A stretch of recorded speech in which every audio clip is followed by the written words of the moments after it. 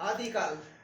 आदिकाल जैसा कि हमने देखा था, आदिकाल को प्रारंभिक काल है। ये हमारे हिंदी साहित्य के काव्य के इतिहास का ये पहला काल है। आदिकाल को वीर गाथा काल रामचंद्र शुक्ल ने कहा, इनका इतिहास सर्वमान्य है।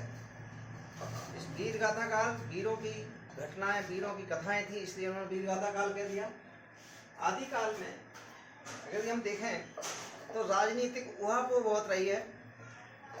हिंदू राजा हर्षवर्धन की मृत्यु के बाद भारत छोटे छोटे राज्यों में बट गया था। सामंतवाद आ गया था।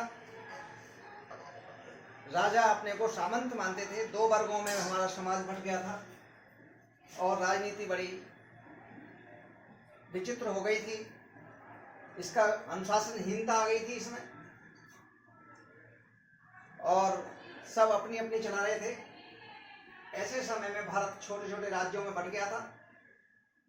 और पहला, यदि आदिकाल के जो साहित्य था वो भी अलग अलग में बट गया था। समाज बटा हुआ था, इसलिए साहित्य को भी 5 भागों में बांट दिया गया। पहला था सिद्ध साहित्य। सिद्ध साहित्य, सिद्ध कवि थे। सिद्ध कवियों में जो प्रथम कवि थे, पहले जो थे सरप्पा। सरप्पा को हिंदी का प्रथम कवि भी माना जाता है। यदि प्रश्न आता है कि सरप्पा हिंदी का प्रथम कवि कौन है, तो सरप्पा ने दोहा कोश लिखा।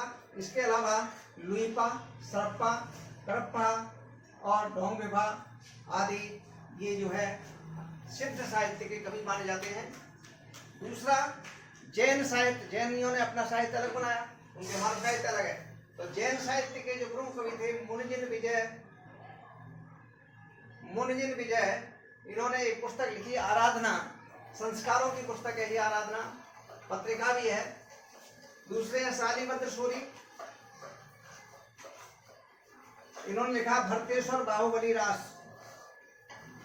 फिर है आपका देवसेन श्रावकाचार आचार्य की पुस्तक है ये भी। विजय सेन सूरी कृत रेवंत गिरिरास। और धनपाल ने एक ज्योतिष की किताब लिखी जिसे था भविष्यत कहा नाम की पुस्तक लिखी। और जिन धर्म सूरी कृत स्थूल भद्ररास। इस प्रकार से जैन साहित्य में बहुत सारे कवि हुए जिन्होंने अनेक अलग अलग किताब पुस्तकें लिखी। अगला आता है नाथ साहित्य। नाथ साहित्य में केवल एक प्रसिद्ध कवि हैं जो आज भी उनका मठ बना हुआ है गोरखपुर में, वो थे गोरखनाथ जी। गोरखनाथ जी की जो किताब थी गोरखवाणी, जिन्होंने गुरु महिमा, इंद्रिय निग्रह और वैराग्य के विषय में लिखा। और अगला है रासो साहित्य। बड़ा महत्वपूर्ण साहित्य है ये। रासो साहित्य के प्रथम कवि चंद्रवरदाई, जिसमें चंद्रवरदाई ने मोहम्मद गौरी का कैसे वध कराया था, किस प्रकार से वो मारा गया, वो सारी कथा इसमें लिखी है।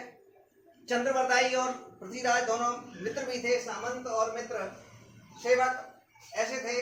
दोनों जब फंस गए थे जेल में तो उन्होंने लिखा था कि 4 बांस 24 गज अंगुल अष्ट प्रमाण, ताऊ पर सुल्तान है मच्छू के चौहान। इस तरह से उन्होंने शब्द भेदी बाण मारा और वो कट गया वहीं पर उसका असर।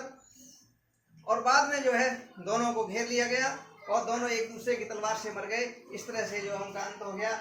और इसके बाद का जो ग्रंथ है पृथ्वीराज रासो, इनके पुत्र जल्लड़ ने लिखा, जो चंद्रवरदाई ने नहीं लिखा। ये दरबारी कवि थे, इनके पुत्र ने उसको पूरा किया, यह अपूर्ण रह गया था। पृथ्वीराज रासो। दलपति विजय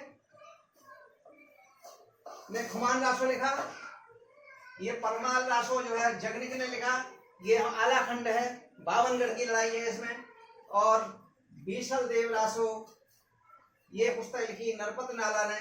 और नल सिंह ने विजयपाल रासो और हेमचंद। इस तरह से जो है ये बहुत सारी अनेक बड़े महत्वपूर्ण पुस्तकें लिखी। 68 ग्रंथ 68 छंदों में लिखी गई बहुत सारी पुस्तकें थी ये।